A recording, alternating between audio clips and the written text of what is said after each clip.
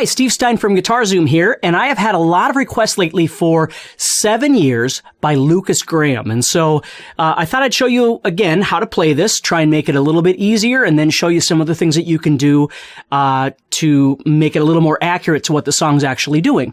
So the first thing you need to do is you need to put your capo on the 3rd fret. Okay. And what we're going to do is we're going to work our way backwards. What I'm going to do is I'm going to show you the chords that you need for the song, and then we can just get playing. And if you want more stuff, you can keep watching the video and get into a little more detail. So the first thing we're going to do is we're going to start off using E minor and G. Now I'm using a 4-finger G. If you use a 3-finger G, it's okay. And then C. Now you could play C the normal way. Okay. Or some of you might know how to play like a C add 9.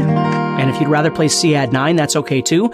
So if you were just going to strum along with this song and just have some fun with it, what you'd want to do is just play E minor, G, C.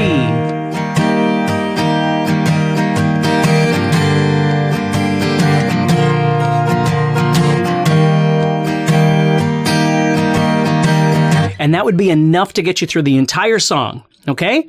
Now let's bump it up. What we could do is we could add in a couple of subtleties. When you get into the verses of the song and then the choruses, not the very beginning, but the verse and the chorus, what happens is they add a couple of little parts.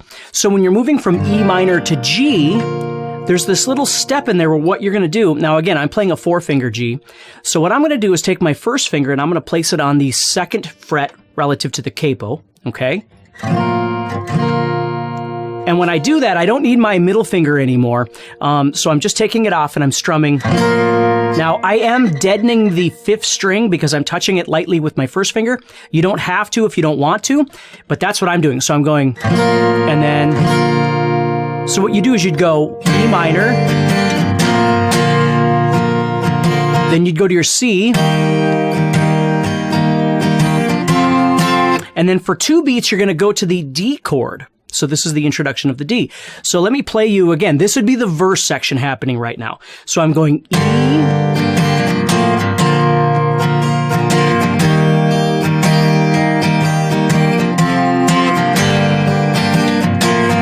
Now you don't have to do that if it's too difficult, but it sounds pretty cool. And again, same thing with the D at the end. It's not essential, but you will hear it in the song when you start playing it. Okay, so those are 2 things that you can add into this to make it a little more interesting. So, to review real quick, we've got E minor to G to C. And it doesn't matter if you go to this C or this C. Either one will sound just great. Second step is we add in that little walk-up, which is again, relative to the capo, the 2nd to the 3rd fret. And I'm just doing that over a G chord. And then C. Then the next thing you can add is that E minor right there, okay? And again, that will get you through the whole song. Now what I want to do is I want to show you the intro to the song, and this intro also is happening behind the chorus of the song as well. And it's this. So what I'm doing there is again, relative to the capo, I have 1st fret, 2nd fret, 3rd fret, right? So I'm going to go to the 3rd fret and I'm going to play with my ring finger. If you'd rather use different fingers, you sure can. If you can make it work for you, that's perfectly fine, right? I'm going to go 3, 2, 0. So I'm using my 3rd, my 2nd, and then open. And the reason is it's going to make it a little bit easier as I start making these other chords. So I'm going, and I'm using, you could use down picking or alternate picking. Again, don't stress over it, just whatever works for you. And then we're going to end that by going to the 3rd fret relative to the capo on the 2nd string. And then what we're going to do is make E minor, and we're going to make E minor with these 2 fingers because we need that 3rd finger to do this. So we're always doing the 0, 3, 0, 3 thing, and we're going to do that with the 3rd finger if you're doing it the way I'm doing it. So then what you're going to do is you're going to go over to that G chord, but you're going to use just these top 2 fingers, and you're going to add on that thing again, okay? Now, the trick here is try and stay away from the 1st string. Try not to hit that one when you go to the G chord or the E minor chord. So when you go,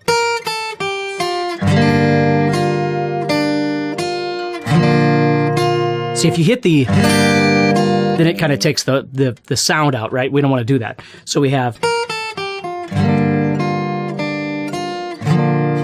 and then we're going to do that same little walk down, and then we're going to go to a C chord, but we're going to go to the C with this first and second finger again, like a C add 9 if you know what that is, and if you don't, it's okay. So it's just G, one string down here. See that? So I'm going, let me put the whole thing together for you. Twice, and then I'm going to go back. 1, 2, 3, and then I'm just going to start all over.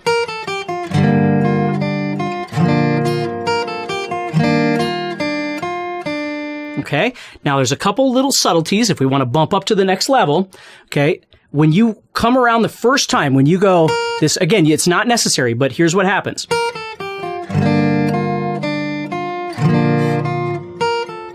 Right here.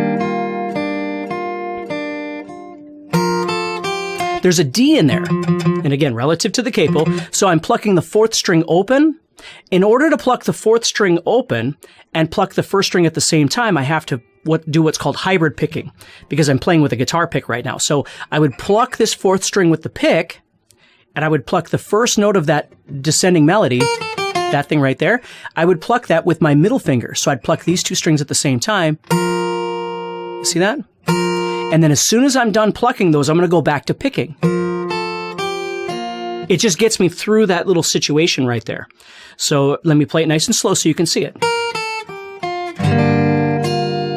Here it comes. Right up here. Then I go back.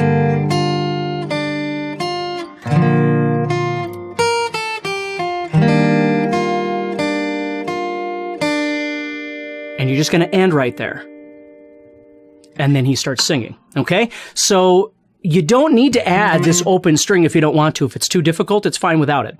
Okay? You just have to remember, before he starts singing, you have to stop doing this thing, right? So when you come off around the last time, right here, and then he's going to start singing. That's where you're going to start strumming. That's where you're going to do this. Again, whichever C.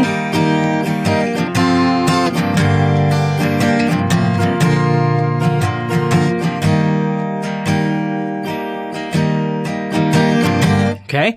Now, what you want to listen for through the song, because I'm sure you probably know the song better than I do, is when the guitar player, I don't know who's playing guitar on this song. If you do, please leave it in the comments, because I would love to know.